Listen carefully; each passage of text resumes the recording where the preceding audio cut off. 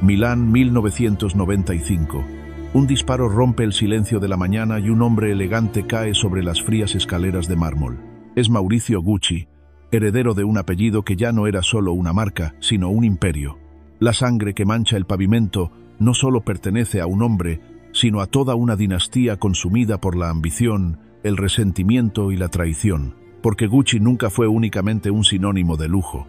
Fue un campo de batalla, un escenario donde el cuero florentino y los bolsos de caballos se mezclaron con juicios familiares, romances envenenados y un crimen que sacudió al mundo.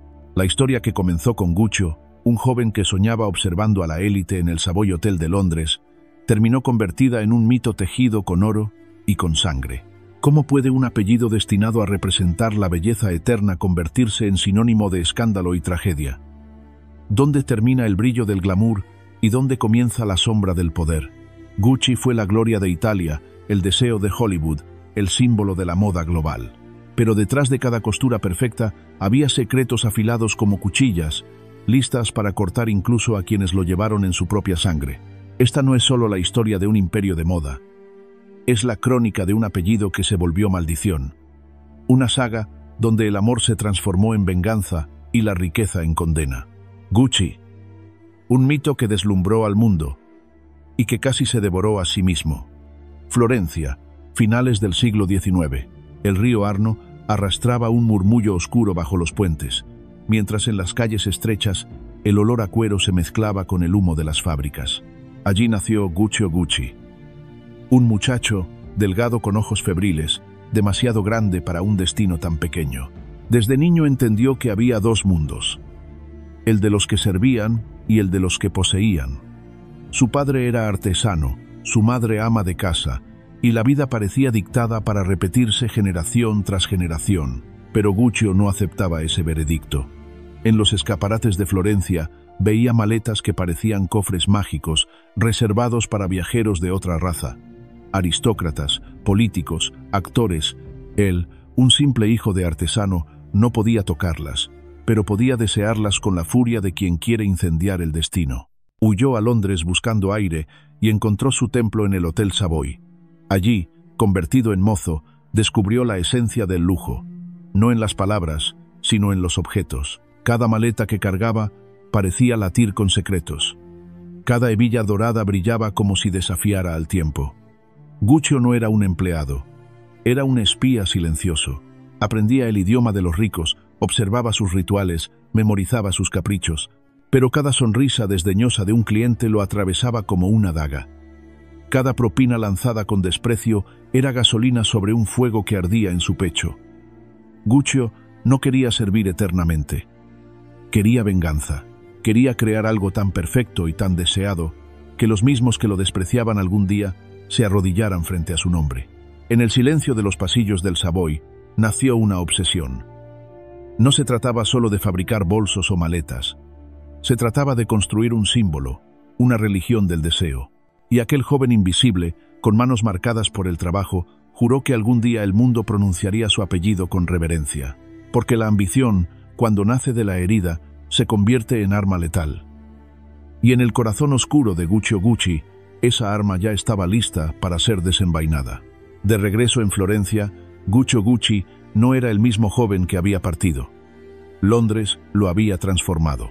No traía dinero ni fortuna, pero llevaba algo mucho más poderoso. Una visión.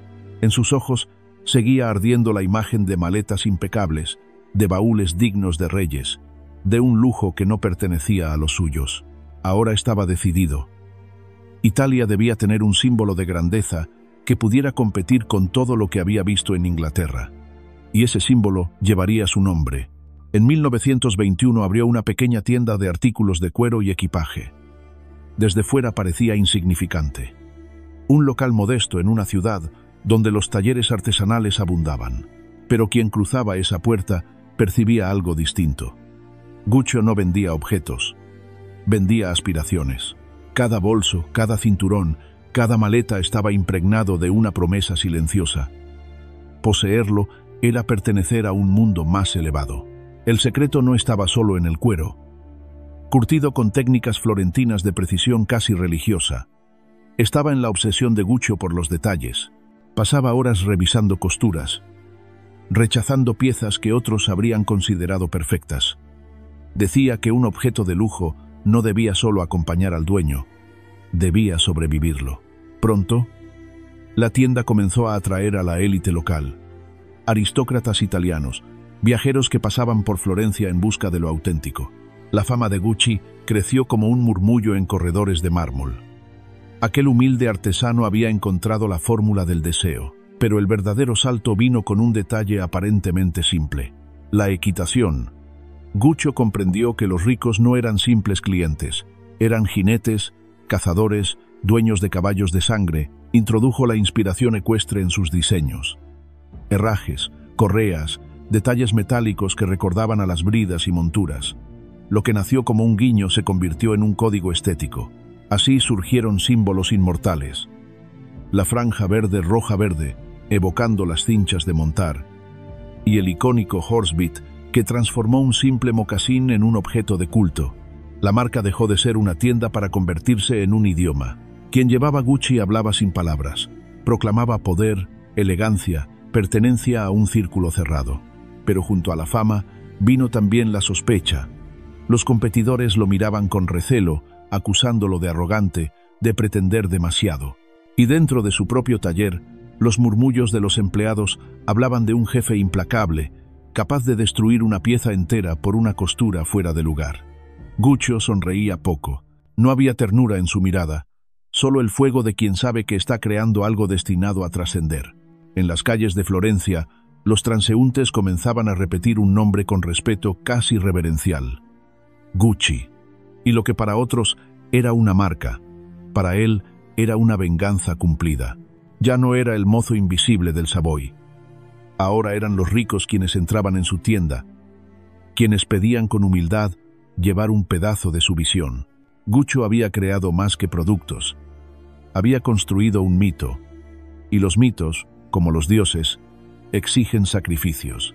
El suyo estaba apenas por comenzar. Florencia ya no era suficiente. La tienda había conquistado a la aristocracia local, pero Gucci sabía que el verdadero poder no se medía en palacios italianos, sino en los escaparates de las capitales del mundo. Su apellido, tan sencillo y rotundo, debía escucharse en Londres, en París, en Nueva York. No era un sueño, era un mandato que le quemaba en las venas. El destino, irónico y cruel, quiso que la Segunda Guerra Mundial se interpusiera en su camino. Italia se sacudía entre bombas y hambre, y las materias primas comenzaban a desaparecer. Para cualquiera, aquello habría significado el final. Pero Gucci, endurecido por años de humillaciones y ambiciones, convirtió la escasez en oportunidad. Si no había cuero fino, inventaría la elegancia con otro material. Y así nació uno de los símbolos eternos de la casa. El canvas con la doble G entrelazada, una manera de transformar la limitación en ícono. Esa G no era solo iniciales. Era un grito silencioso. Gucci ya no era un apellido común. Era un emblema. Cada bolso, cada cinturón, cada zapato era un talismán que contenía la esencia de la Italia sofisticada. Las mujeres que lo llevaban no solo se adornaban, se proclamaban diferentes, superiores, intocables. Hollywood pronto escuchó ese grito. Estrellas como Elizabeth Taylor, Grace Kelly y Jackie Kennedy se convirtieron en embajadoras espontáneas de la marca. La imagen de Jackie con su bolso Gucci recorrió el mundo como un relámpago, bautizando a aquel diseño como el Jackie Bag. En las alfombras rojas, en los aeropuertos, en los cafés parisinos, la G comenzó a brillar como una insignia de realeza moderna. Las tiendas se multiplicaron. Roma, Milán, Nueva York, Beverly Hills. Dondequiera que aparecía un escaparate Gucci, el mármol y el cristal parecían anunciar un templo nuevo al culto del lujo. El apellido, nacido en un taller de Florencia, se había convertido en un rugido que atravesaba continentes. Pero ese rugido no era solo celebración. Para Gucci significaba también un recordatorio. El éxito tiene un precio. La familia comenzaba a crecer, y con ella los herederos, cada uno reclamando su lugar en el banquete. Mientras los bolsos se vendían como objetos sagrados y las estrellas de cine los exhibían ante millones, en los pasillos privados de la familia, Gucci se encendían tensiones silenciosas. El mundo veía brillo. Dentro de la dinastía se cocinaba el veneno. Y así, mientras la marca alcanzaba alturas inimaginables, el apellido que una vez representó unidad se preparaba para la fractura. Porque ningún imperio, por glorioso que parezca, está libre de su sombra. Gucci ya no era un sueño de un niño pobre en Florencia. Era un imperio. Y los imperios, tarde o temprano, siempre reclaman sangre. Cuando Gucci murió en 1953, dejó algo más que un negocio próspero. Dejó una dinastía y con ella una semilla envenenada. Sus hijos Aldo, Vasco, Rodolfo heredaron no solo la pasión por el lujo, sino también la ambición desmedida que se filtraba en cada costura, en cada logo. Lo que comenzó como un legado parecía, desde el principio, una condena. Aldo, el mayor, se convirtió en el verdadero arquitecto de la expansión internacional. Fue él quien abrió la primera boutique en Nueva York, transformando a Gucci en el sinónimo absoluto de la Dolce Vita italiana. Para la prensa era un visionario, un hombre de negocios astuto que convirtió el apellido en una marca global. Pero tras su sonrisa diplomática se escondía una naturaleza despiadada, capaz de ver incluso a sus propios hermanos como obstáculos. Rodolfo, en cambio, era actor frustrado. Su vida había estado marcada por los reflectores y el cine, pero en el mundo Gucci encontró un escenario aún más grande. Era sensible, elegante, obsesionado con la imagen de la marca, como si se tratara de una obra de teatro donde cada detalle debía encantar. Sin embargo, esa sensibilidad era también debilidad. No sabía de números ni de estrategias y sus decisiones a menudo se teñían de capricho. Y en medio de ellos, el recuerdo del padre ausente se transformaba en fantasma. Gucci había sido duro, implacable, y sus hijos heredaron más que su visión. Heredaron su incapacidad para compartir el poder. La mesa familiar se volvió campo de batalla. Las reuniones, que en apariencia celebraban contratos y colecciones, eran en realidad guerras frías donde cada palabra era un cuchillo. El éxito hacía más hondo el abismo. Cada boutique que abría en París, en Beverly Hills, en Tokio, era motivo de orgullo para el mundo y de envidia dentro de la familia. Las sonrisas en las fotografías ocultaban traiciones, maniobras legales, estrategias para ganar un porcentaje mayor del trono. Los empleados lo notaban. El aire en la empresa era denso, cargado de rumores. Gucci ya no era una marca, era un campo minado. Afuera, las estrellas de cine seguían luciendo los bolsos Jackie, los mocasines con Horsebit, las bufandas de seda. Pero adentro, entre herederos y accionistas, cada mirada era un desafío, cada gesto una declaración de guerra. Aldo veía a sus hermanos como un freno para su ambición imperial. Rodolfo consideraba que Aldo prostituía la esencia de Gucci con licencias baratas y concesiones al mercado masivo. Lo que para uno era expansión, para otro era traición. La tensión escalaba con cada año, con cada éxito, como si el propio apellido se resistiera a ser compartido. El público no lo sabía, pero el apellido Gucci ya estaba resquebrajado. Lo que un día fue símbolo de elegancia, ahora se preparaba para convertirse en sinónimo de codicia y decadencia. Porque no hay imperio que pueda resistir cuando los herederos convierten la sangre en moneda de cambio. Y en Gucci, la sangre siempre corría más roja que el cuero. El apellido Gucci, que para el mundo significaba lujo y deseo, dentro de la familia se había convertido en un veneno que corría por las venas. Lo que Gucci había dejado como legado se transformó en un botín que cada heredero quería reclamar como propio. Y pronto, el apellido no se discutía en pasarelas ni en oficinas, sino en los tribunales. Aldo, el patriarca de la expansión internacional, gobernaba el imperio como un rey absoluto. Durante décadas fue el rostro y la voz de Gucci en el extranjero. Sin embargo, su ambición desbordada también lo llevó a tomar decisiones arriesgadas, abrir licencias en perfumes, gafas, accesorios. Para él era estrategia. Para sus hermanos era una herejía que diluía el aura de exclusividad. El resentimiento comenzó a fermentar en las paredes de la compañía, pero lo más oscuro vino de dentro de su propia sangre. Sus propios hijos, sedientos de poder, empezaron a conspirar contra él. El apellido Gucci se volvió campo de traición, donde la lealtad familiar se vendía al mejor postor. Uno de los episodios más escandalosos fue cuando su hijo Paolo denunció públicamente a su padre, acusándolo de fraude fiscal. La sangre de Aldo ardió al verse traicionado por quien debía perpetuar su legado. Para el mundo fue un espectáculo grotesco. Un hijo destruyendo a su padre en nombre de la justicia y del poder. Aldo terminó en la cárcel, humillado, cumpliendo condena como un criminal común. El hombre que había llevado el apellido a Nueva York y lo había hecho brillar frente a Hollywood, se convirtió en prisionero del mismo apellido que había defendido como un rey. En su celda, el eco del apellido resonaba más como maldición que como gloria. Mientras tanto, Rodolfo, en Italia, se obsesionaba con mantener la pureza de la marca. No confiaba en nadie y vigilaba cada movimiento como si fuera guardián de un templo. Pero su rigidez lo hacía vulnerable. En vez de unir, sembraba más divisiones, y en ese caldo de resentimiento creció una figura destinada a incendiarlo todo, su hijo Mauricio. Los Gucci ya no eran una familia, eran facciones enfrentadas, ejércitos dentro de la misma casa. Abogados, jueces y periodistas se convirtieron en testigos de una tragedia shakespeariana que se desarrollaba con la misma intensidad que un desfile de alta costura. Afuera, las celebridades seguían comprando bolsos.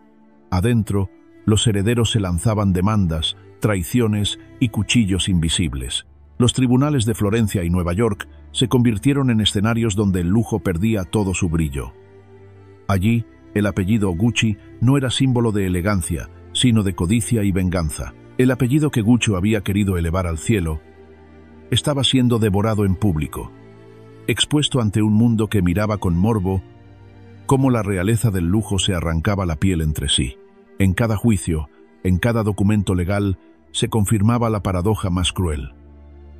El imperio crecía en las vitrinas, pero se moría en la sangre, porque ningún logo, por brillante que sea, puede ocultar las grietas de una familia condenada a devorarse desde adentro.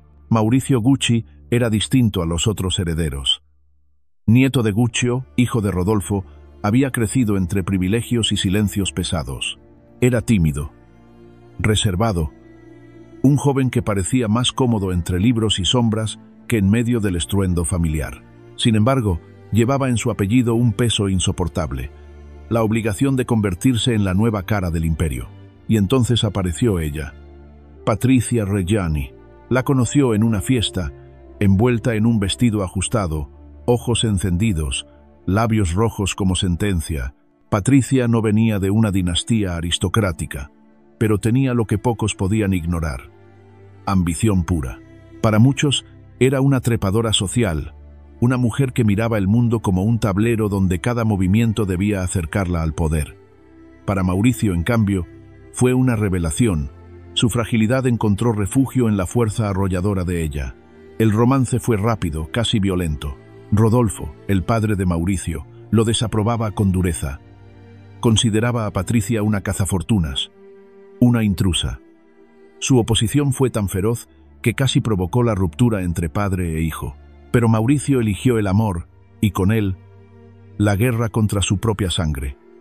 La boda, en 1973, no fue solo una unión, fue una declaración de independencia. Al principio, parecían invencibles. Ella lo empujaba hacia la vida pública, lo moldeaba para ser un líder, lo vestía con trajes impecables. Juntos eran la pareja dorada de Milán, símbolos de modernidad y glamour. Patricia, con su carisma feroz, se convirtió en la cara visible de la familia, mientras Mauricio ascendía como heredero inevitable. Pero detrás de las fotografías felices, la historia comenzaba a torcerse. La ambición de Patricia era insaciable. Lo quería todo: poder, control, reconocimiento. Para ella, el apellido Gucci no era solo un legado, era un trono, y ella debía sentarse en él como reina. Los años fueron desgastando la unión. La dulzura inicial se convirtió en reproches, las caricias en gritos. Mauricio, cada vez más distante, empezó a cansarse de la presión constante. En 1985, cuando Patricia creyó que su dominio era absoluto, él la sorprendió con un movimiento devastador. Se fue de casa, dejando una nota breve, casi fría. La mujer que lo había moldeado se convirtió, de un día para otro, en su enemiga. El divorcio no fue solo un asunto privado, fue un espectáculo cruel. Patricia, herida en su orgullo, Comenzó a desatar su furia en los medios, hablando con periodistas, lanzando acusaciones, dejando claro que no estaba dispuesta a ser relegada al silencio.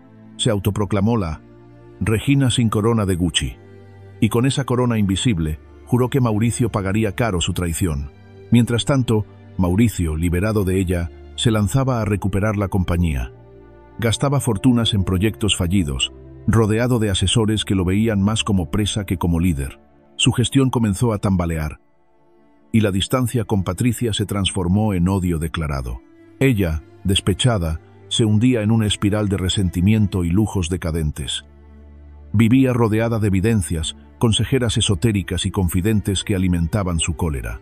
Entre todas, una voz resonaba más fuerte, la de Giuseppina Pina Auriemma, su amiga íntima y consejera espiritual. En aquellas conversaciones nocturnas, el resentimiento se fue convirtiendo en idea y la idea en plan. Lo que comenzó como un matrimonio de amor, terminó mutando en un pacto de muerte. Patricia, la mujer que había puesto a Mauricio en el centro del imperio, estaba lista para arrancarlo de la faz de la tierra. El destino ya estaba escrito. La historia de Gucci estaba a punto de teñirse de rojo. La mañana del 27 de marzo de 1995 amaneció fría en Milán. El cielo gris parecía presagiar una tragedia, pero en Vía Palestro, donde se alzaba la oficina de Mauricio Gucci, todo parecía rutinario. Mauricio, elegante como siempre, vestía un abrigo oscuro y llevaba en la mano una carpeta de documentos. Caminaba con la calma de quien todavía cree tener el control de su destino. En la entrada lo esperaba su portero, Giuseppe Onorato. Un saludo cordial, una sonrisa breve, pasos que resonaban en las escaleras de mármol. Y entonces, el sonido que desgarró el silencio, 4 disparos secos, metálicos, implacables. Mauricio cayó de bruces, su sangre manchando los escalones que tantas veces lo habían visto subir como heredero de un imperio. Onorato, herido al intentar defenderlo, quedó tendido a un costado. El asesino, un hombre vestido de oscuro, escapó con pasos rápidos, dejando tras de sí el eco de la muerte. La noticia recorrió el mundo como un relámpago.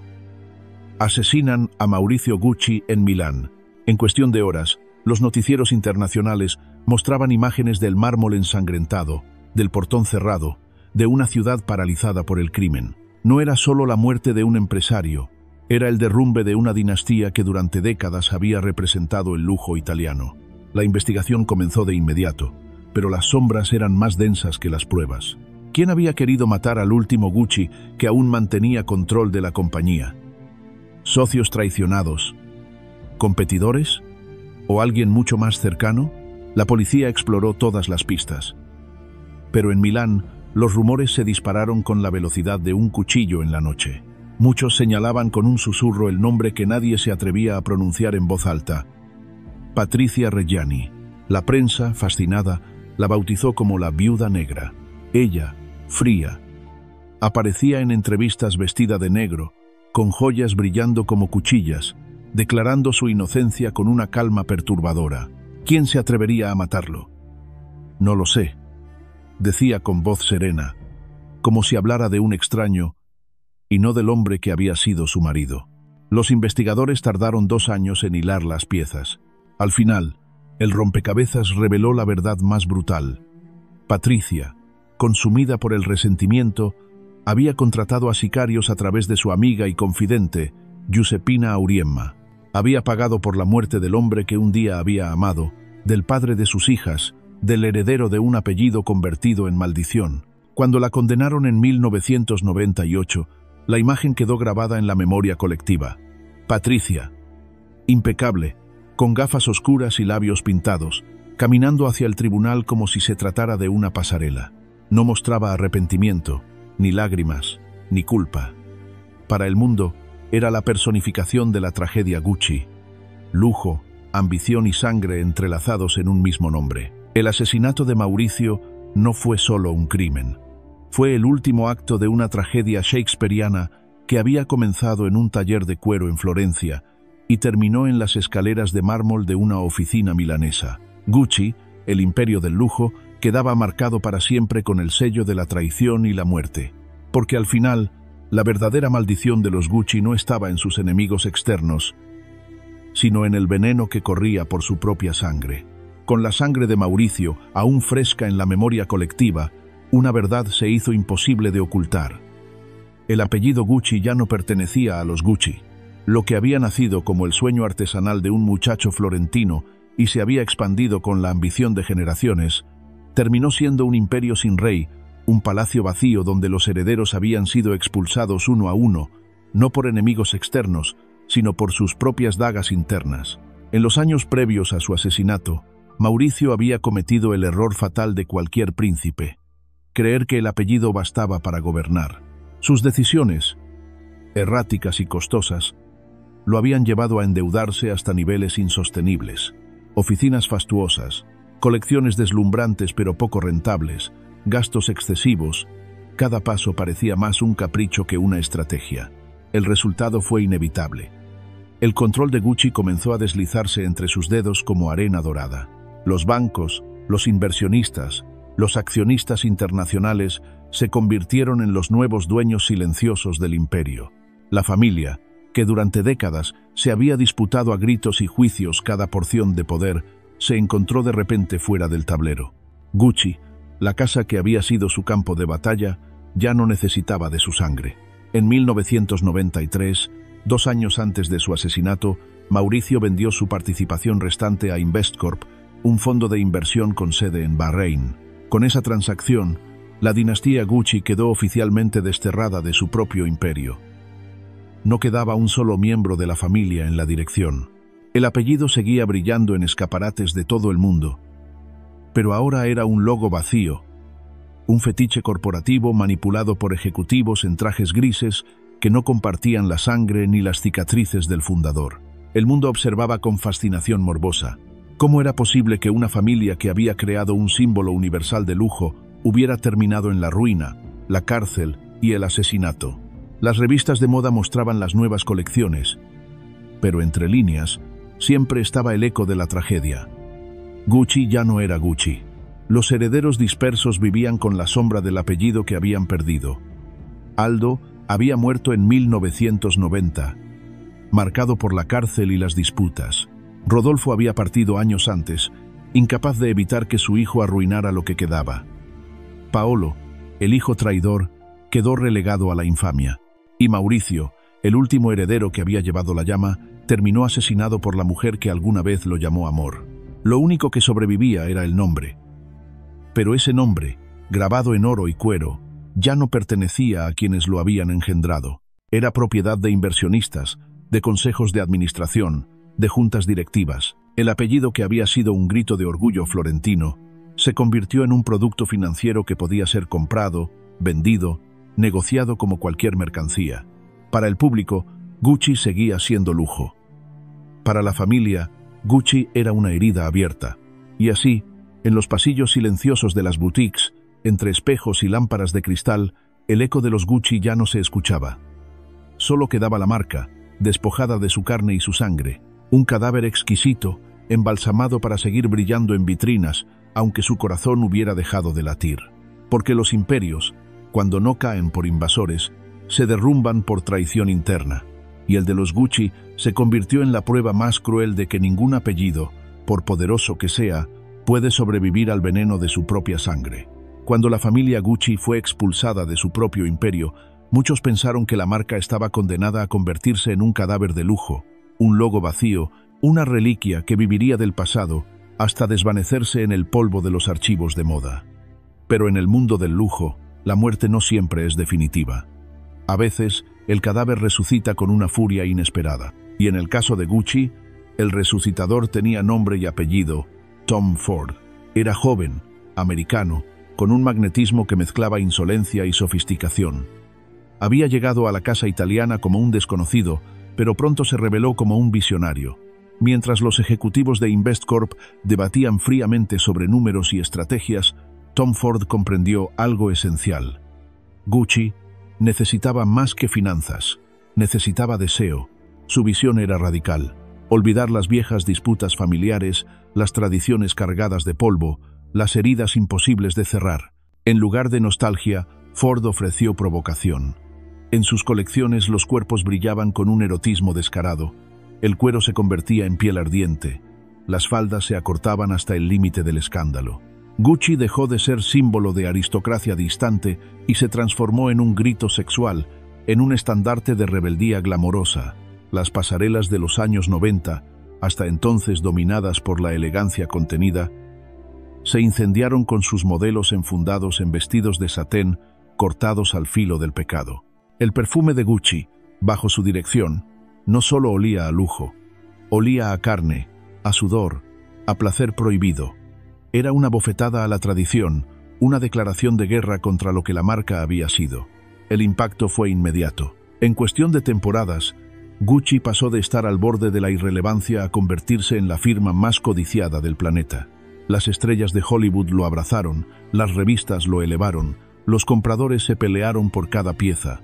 Tom Ford había logrado lo impensable: transformar la tragedia de un apellido en el renacimiento de una marca. Pero este renacimiento no estaba libre de sombras. Para muchos, Ford estaba prostituyendo el legado de Gucci, reduciendo la elegancia florentina a una estética de lujuria descarada. Para otros, en cambio, había salvado a Gucci de una tumba segura.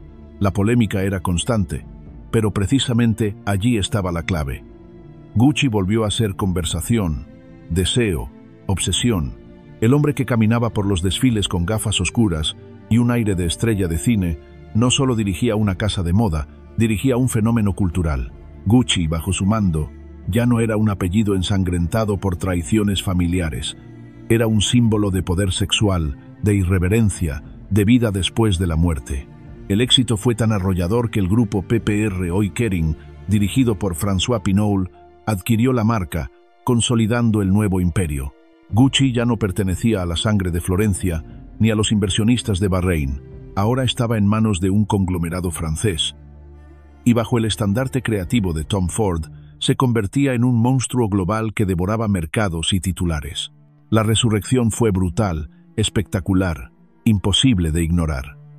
Y en ese resurgir, Gucci dejó de ser solo una marca italiana para convertirse en un fenómeno universal. El cadáver embalsamado había vuelto a la vida, pero con una nueva piel, más brillante, más peligrosa, más provocadora, porque en la moda, la muerte puede ser definitiva, salvo cuando el deseo la resucita. Cuando Tom Ford dejó Gucci en 2004, el imperio volvió a tambalear. La casa había resucitado gracias a su erotismo provocador, pero ¿qué quedaba después de tanta piel desnuda y tanto escándalo calculado? Durante una década, la marca vagó en busca de identidad, como un fantasma que ya no sabía a qué mundo pertenecía, al de la elegancia clásica o al del exceso sensual. Fue entonces cuando un hombre inesperado, casi invisible hasta ese momento, emergió de las sombras para redefinirlo todo. Alessandro Michele. No era una estrella, no tenía la arrogancia de Ford ni el linaje de los Gucci. Era un diseñador silencioso, con barba desordenada, ojos que parecían mirar más hacia adentro que hacia afuera.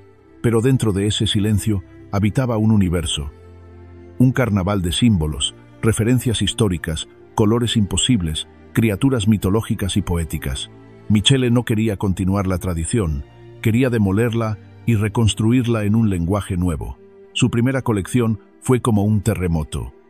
Los modelos desfilaban con camisas de encaje, coronas de flores, pantalones setenteros, chaquetas barrocas y un aire deliberadamente andrógino. Lo masculino y lo femenino se difuminaban hasta volverse irreconocibles. Lo antiguo y lo moderno se entrelazaban como un tapiz delirante. Gucci, de pronto, se convirtió en un laboratorio de libertad estética. La crítica se dividió. Para algunos, Michele era un profanador, un alquimista que había convertido la elegancia clásica en un carnaval caótico. Para otros, era un mesías, el hombre que había dado voz a una nueva generación que rechazaba etiquetas, géneros y fronteras. Lo que estaba claro era que nadie podía ignorarlo. Las tiendas se llenaron de estampados imposibles, bolsos con tigres bordados, sneakers convertidos en reliquias urbanas. Gucci, bajo Michele, ya no era solo lujo, era contracultura. Era un manifiesto que proclamaba que la moda no debía dictar normas, sino destruirlas. Los jóvenes lo abrazaron con devoción. Gucci se convirtió en un símbolo de identidad fluida, de rebeldía intelectual, de un lujo que no buscaba perfección, sino imperfección sagrada. Celebridades como Harry Styles, Jared Leto y Lana del Rey se convirtieron en apóstoles de esta nueva religión estética, llevando con orgullo trajes que parecían sacados de un sueño febril. Michele transformó la pasarela en ritual. Cada desfile era un espectáculo teatral, donde las referencias iban del Renacimiento al punk, del romanticismo victoriano al cyberpunk futurista. En su mundo, los límites se borraban. Un vestido podía ser armadura, una chaqueta podía ser poema, un bolso podía ser reliquia mística. El impacto cultural fue devastador. Gucci ya no era solo moda, era conversación, provocación, ideología. Era tendencia en redes sociales, meme y alta costura a la vez. Michele había hecho de la contradicción un estilo de vida, y en ese caos encontró la clave del éxito.